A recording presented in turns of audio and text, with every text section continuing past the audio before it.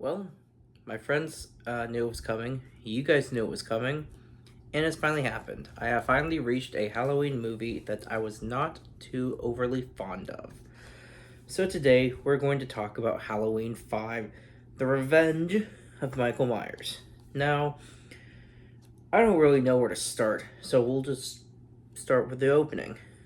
Halloween 4, I thought, had an iconic, really interesting opening. It just set the vibes, it set the tone. I got a real feel of what the movie was going to be like just from the opening. This movie was really nothing like that. There was these flashes of, I guess, meant to be jump scares if the volume was loud, which it wasn't.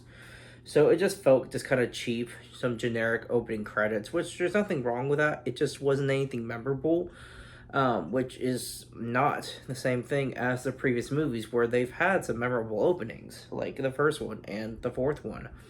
And so I just felt like the opening falling flat in this one. I just knew that it was just, the start of the movie isn't the same. I just knew I might not enjoy this one. Now, if you are looking to collect the movies, I got the 4K Scream Factory copy, which is cool because the first five Halloween movies all have this sort of the fall, trees and leaves, everything in the background. The first five essentially have the same color tone and general same looking background. I know that's a crappy way to describe it, but I think it's cool because as you display them on your shelves, it just looks like a collection. If you've never watched a Halloween movie, if randomly the names of the movie weren't on the boxes and you were to look at a movie collection with these movies in there, you'd be able to know it's a franchise and they're all sequels. So that part I do like. I do like the cover of this box just as I like the others, which has got that scythe, one of the weapons used in this movie. So I thought it was pretty cool. So do like the copy. I just didn't care for the movie all that much. The opening was not memorable, and neither was the first 30 minutes. I believe I just kept looking at the time, wondering when it was going to start to pick up. And I know that when I got 32 minutes into it, it felt like nothing has really happened.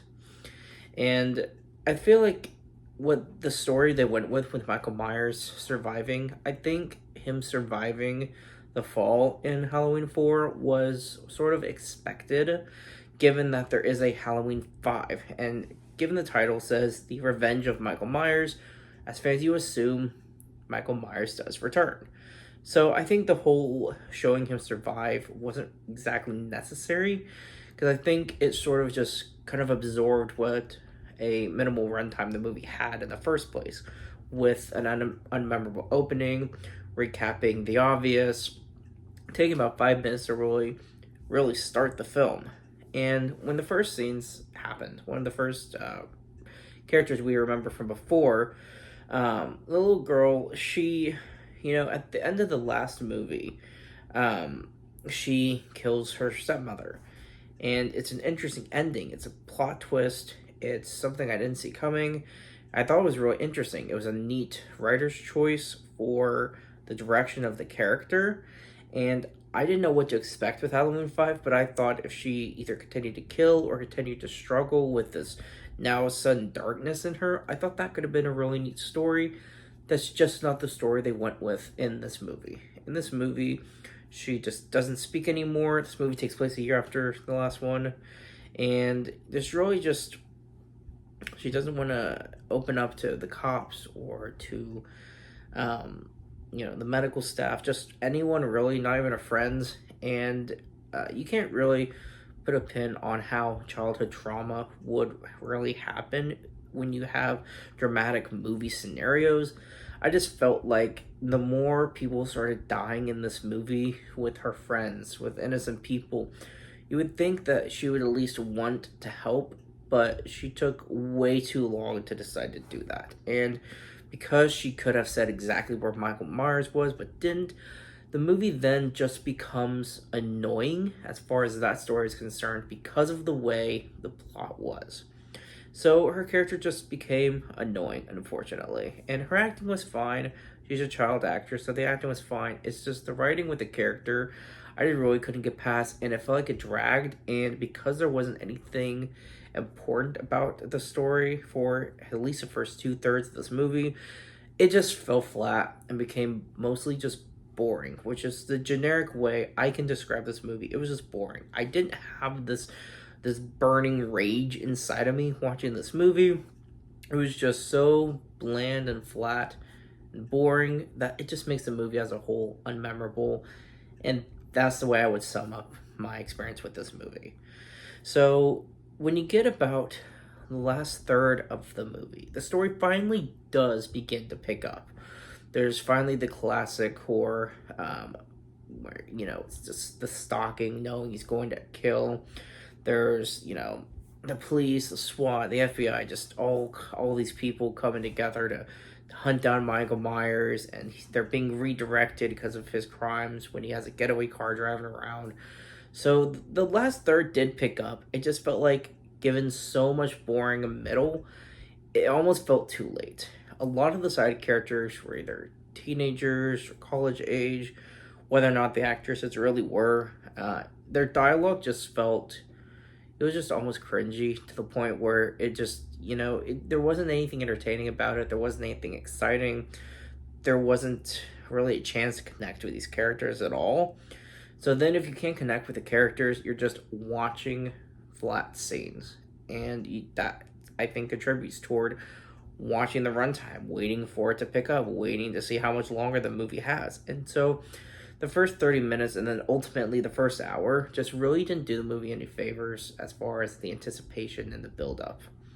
The story, turns out, was slowly building up, but it happens so slowly that it just gets caught in the background, and the story sort of gets lost behind by all the middle stuff that honestly wasn't exactly necessary in my opinion. And so in the last third, Dr. Loomis is about the only interesting character in this movie, besides Michael Myers, even though he has this crappy mask. Dr. Loomis is the only character that's, as far as the writing behind his character is concerned, is still building the hype with Michael Myers. He's still warning people of Michael Myers. He knows what Michael Myers can do. He's seen what he's done. So he's the only character that I feel like bridges the franchise into consolidating these movies, feeling like they are one long story, even though some movies take a drastic turn from the last. So Dr. Loomis is an interesting character in this movie, and I would say the best written character for this film. Michael Myers was fine too. It just felt like he had, I think, a lesser kill count than some of the other ones, and it wasn't all that exciting. I think when he stabs people, it's just having the weapon holding up, and down it goes onto people. So there wasn't anything memorable or exciting about his character in this movie either, which is unfortunate, being the icon that carries this franchise that we know spawns so many sequels. And so the story just feels left behind with all of the, not only middle, but just the details, like having a crappy mask, having bad dialogue. I feel like there's just too many small details that pile up into one big mess, which was unfortunate because I really wanted to enjoy this movie a lot. And Dr. Loomis was the only character I connected with, and being excited as far as seeing where the next part of the story was going.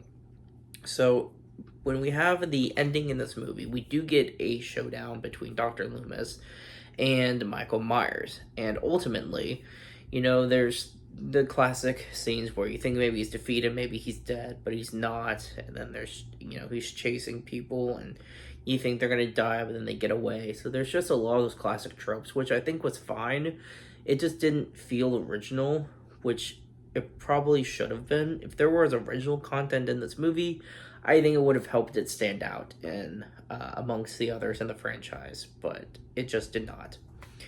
And so in this final showdown, we finally see the demise of Dr. Loomis. He gets his final showdown, taking down Michael Myers, and he does in fact take him down. He gets arrested, taken to the police station. So you would assume Dr. Loomis finally did get what he wanted in the end. But knowing that there's more movies you know Michael Myers is going to survive. Now, maybe people watching this in theaters when it did release, maybe there was more excitement seeing this defeat of Michael Myers at last. But as fans watching the franchise for the first time now, there's just no suspense. And that's nothing on the franchise because it's meant to be watched in order, not knowing what's going to happen next or if there will be a next. But when you watch a franchise that's already practically ended, that's just something you run into. That's just something I ran into. So that's not something I'm going to put on the movie. It's just, it lost anticipation with his final defeat, which ultimately feels in vain, which just really sucks because I think he was one of the better parts of the franchise. And so, as he's taken to the police station, he's finally defeated, but there's been this character that we really don't know anything about. All we know is he's got boots on, got this chain, and this hat, and he's wearing like this trench coat, and he's just sort of lurking around sporadically in this movie. And his character, whoever it is about the only ambiguity aspect of this movie.